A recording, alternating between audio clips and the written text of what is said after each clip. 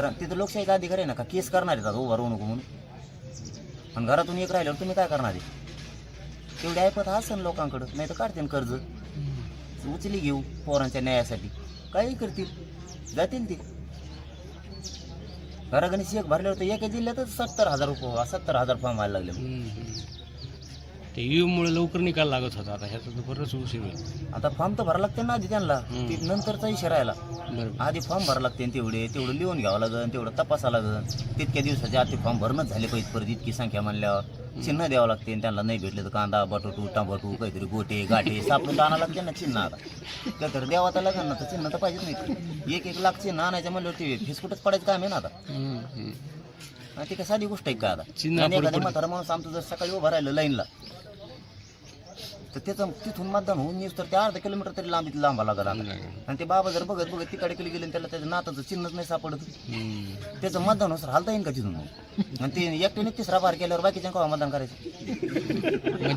म्हणजे चिन्हाला हेच नाही राहणार, म्हणजे चिन्ह तरी कुठली आणायची? चिन्ह तर सापडा. त्याने जरी सांगितलं आज याला, दादा मी निवडणुकीला उभा राहिलो बा, मग टंबुटून बटुटू चिन्ह नाही बघ, बाबा याच्यात मेवाला बाबाला दिसणार. त्याला आता सुरुवात केल्यावर त्याने ह्याकडे बसून त्याकडे बस, दुसरा माणूस संघ नेऊन जमत नाही त्याच्यात, एकटाच जाणार. बाबाला तिथूर जसूर नाही दिसल्यावर बाबा परत माघारी राहिलो, अर्धा किलोमीटर जाऊन परत माघारी यायचं म्हणल्यावर सोपं आहे का? तर 3 बाबा एकट्यालाच वाजणार आहेत. सकाळी जर बाबा 7ला भिडले मतदान करायला, त्यांना जर चिन्हच नाही सापडत, बाबा 3 वाजता बाहेरच नाल्यावर बाकीच्या काय करायचं? तर मतदान तर करून द्यावं लागणार, ती नियम आहे ना. आणि सगळ्यांना मतदान नाही करून दिल्याशिवाय निवडणूक थांबी द्यायची नाही. मतदान केंद्र लोक कसं काय जाऊन द्यायचे, ते म्हणजे आपलं मतदान करायचं राहील. आणि फॉर्म भरायला आधीच लोक जाऊन बसल्यावर नेत्याचा नंबर नंतर लाईनीत तिकडे मागं 5 किलोमीटर मागं, ते का डायरेक्ट येऊन तिकडून यायला काही दवाखाना आहे का उशिराचा? आधी देऊ देईन त्याचाच फॉर्म भरावा लागेल ना. पैसे कसे मोजायचे, काय करायचे, लोक कसे पैसे आणतात त्याची पंचायती, परत चिल्लर आणतात का नोटात आणतात. आणि इतक्या जणांच्या गोण्या मोजायच्या म्हणल्यावर 50-60 हजार लोकांचे. पण ते आपला अजेंडा नाही आहे. मी खरं सांगतो, राजकीय अजेंडा आपला नाही, आपलं मार्गस्थ नाही. परंतु ज्याला त्याला संविधानाचा अधिकार आहे. पण हा आंदोलनाचा आता तुम्ही आता 34 झालेत म्हणलं, आणखी लय लांब राहिली नाही का? एका याच्यातून 50-50 हजार फॉर्म व्हायचे. पुढे निवडणूक घेतो मग टाक गोदावरी तू बॅलेट पेपर.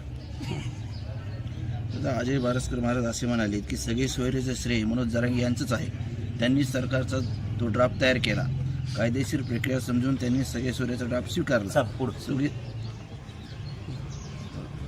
मला असं म्हणायचं आहे की आता पुढची मोहीम हीच असणार आहे की संविधानात्मकरित्या उमेदवार उभं करणं, हे आपण करू, तुमचा त्याला पाठिंबा आहे का?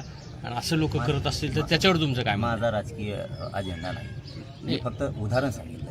माझा ती समाजाचा निर्णय, समाज माझा मालक आहे, मी समाजाचा मुलगा म्हणून का, मी समाजाचा मालक नाही. आणि प्रामाणिकपणे करणार की समाजानं निर्णय घेतला आहे. परंतु ते रात्रीच्या याचं माझ्या लक्षात आलं, एक गाव असं आहे की त्या गावात जणू 24 लाख रुपये जमा झाले, 1000 रुपये जमा केले लोकांनी. आणि तेवढ्याचे डिवाईड करायचे म्हणले, आणि आपल्या गावातून किती उमेदवार उभा राहतात बघा. अरे काय खेळ व्हायला लागला आता त्याच्यावर केस करणार आहेत का काय? मग गृहमंत्री साहेब फॉर्म भरू नका म्हणून बैठकावर तर सुरू केलं, बैठकाला जाऊ नका. काय सांगता गृहमंत्री साहेब? भाषाने तुमच्या बीडच्या एसपीनं आदेश दिले जाऊन नेकनूरला का कुठं बैठक आहे बीडच्या, तिथल्या त्या PIने गावोगावी जाऊन सांगितलं बैठकाला जाऊ नका ना, गुन्हे दाखल करून. ही कोणती पद्धती तुमची?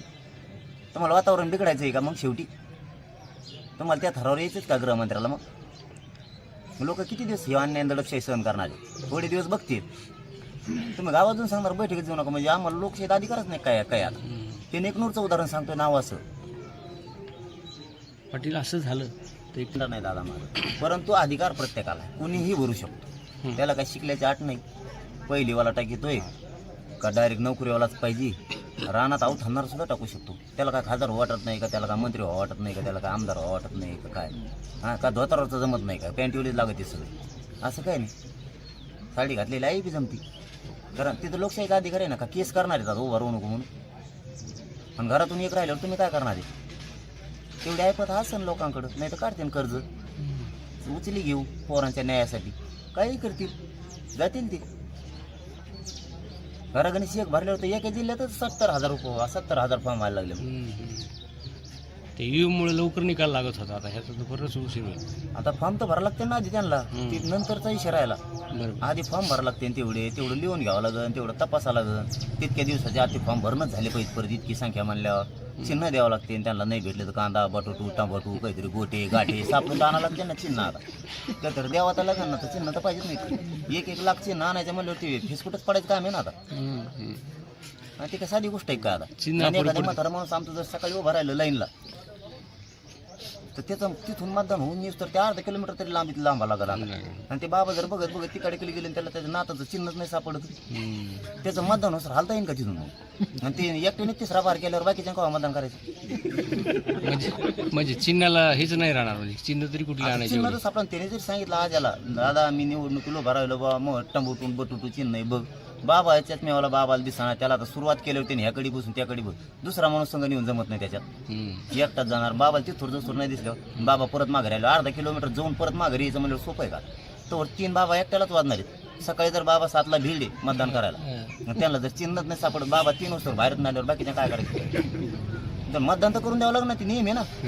आणि सगळ्यांना मतदान नाही करून दिल्याशिवाय निवडणूक थांबी द्यायची नाही. मतदान केंद्र लोक कसं काय जाऊन द्यायचे, ते म्हणजे आपलं मतदान करायचं राहील.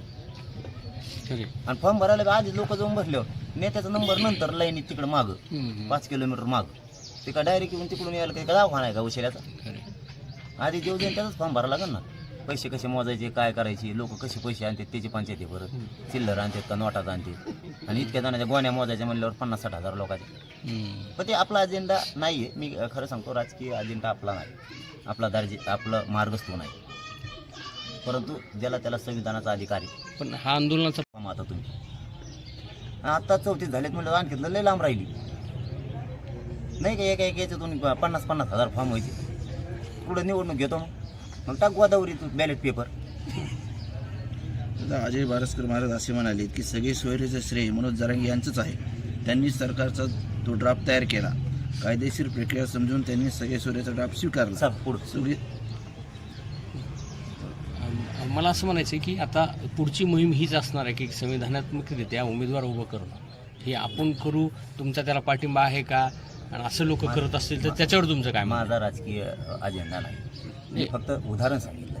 माझा ती समाजाचा निर्णय, समाज माझा मालक आहे. मी समाजाचा मुलगा म्हणून काम, मी समाजाचा मालक नाही आणि प्रामाणिकपणे करणार. की समाजानं निर्णय घेतला आहे, परंतु ते रात्रीच्या याच्यावर माझ्या लक्षात आलं. एक गाव असं आहे की त्या गावात जणू 24 लाख रुपये जमा झाले, 1000 रुपये जमा केले लोकांनी. आणि तेवढ्याचे डिवाईड करायचे म्हणले आणि आपल्या गावातून किती उमेदवार उभा राहतात बघा. अरे काय खेळ व्हायला लागला आता.